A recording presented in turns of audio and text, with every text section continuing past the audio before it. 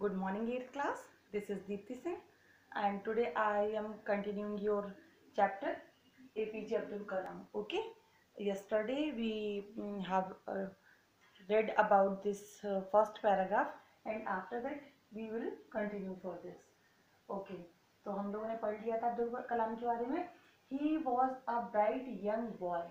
तो देखो, brilliant boy नहीं थे वो, लेकिन ब्राइट यंग बॉय. उनके अंदर मतलब उन ग्रेड हमेशा फर्स्ट नहीं आ रहे वो, लेकिन एवरेज थे.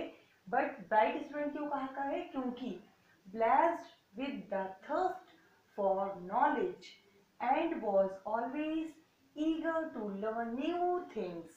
ब्राइट स्टूडेंट नहीं थे, लेकिन ब्राइट यंग बॉय थे, क्योंकि उन्हें एक तरह से ब्लेस्ड थे, भगवान की तरफ से दयामय थे कि उनके अंदर नॉलेज को, ज्ञान को पाने की जिज्ञासा बनी रहती थी और हमेशा ईगर रहते थे. जैसे भूख और प्यास लगती है ना, ऐसे ही पढ़ाई को लेकर, नॉलेज बढ़ाने को लिए भी प्यास लग सकती है और भूख भी लग सकती है. Eager to learn new things, नई नई चीजें सीखने के लिए हमेशा ही वो तैयार रहते थे. कौन? APJ Abdul Kalam. He used to study for hours. वो काफी घंटे तक मेहनत करते थे, पढ़ाई करते रहते थे, स्पेशली मैथमेटिक्स. सबसे ज्यादा वो कौन सी चीज पर फोकस करते थे? मैथ्स पर. मैथ्स उनका फेवरेट सब्जेक्ट था. He completed his schooling from Rameswaram elementary school. उन्होंने जो अपनी स्टार्टिंग जो बेसिक एजुकेशन होती है, उन्होंने कब कहाँ तक उसे ली? Rameswaram elementary school.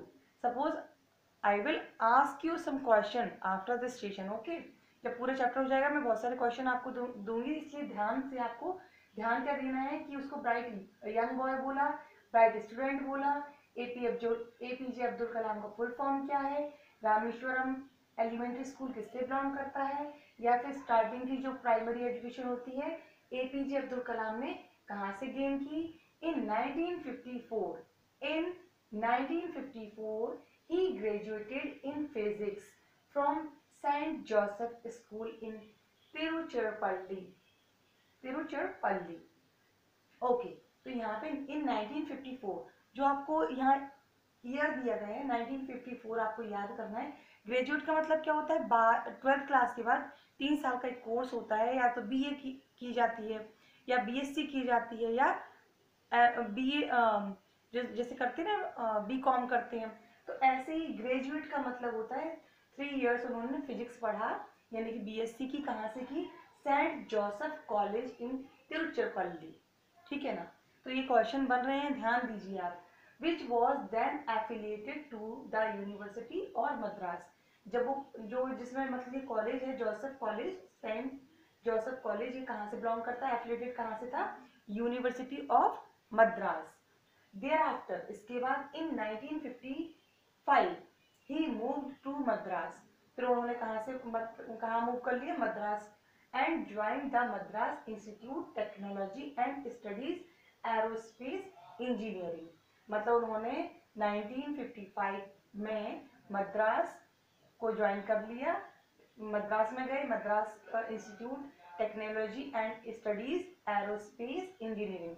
अब आपका क्वेश्चन है, आपको सर्च करके रखना है एरोस्पेस इंजीनियरिंग कौन सी पढ़ाई होती है, क्यों की जाती है. His dream was to become a fighter pilot. उनका जो ड्रीम था वो क्या बनने का था?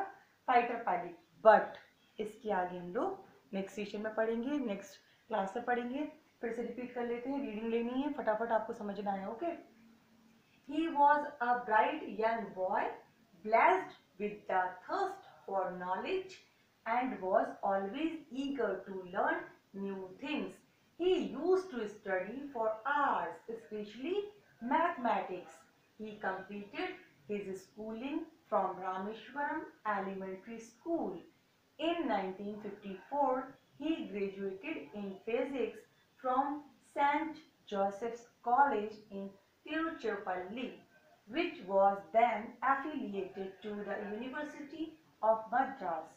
Thereafter, in 1955, he moved to Madras and joined the Madras Institute Technology and Studies Aerospace Engineering.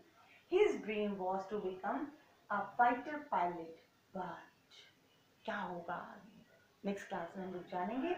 यहाँ पे आपका एक क्वेश्चन ये भी बन रहा है, मद्रास का न्यू नेम, ये ओल्ड नेम है मद्रास, न्यू नेम आपको फाइंड आउट करके बताना है। Okay, take care, bye.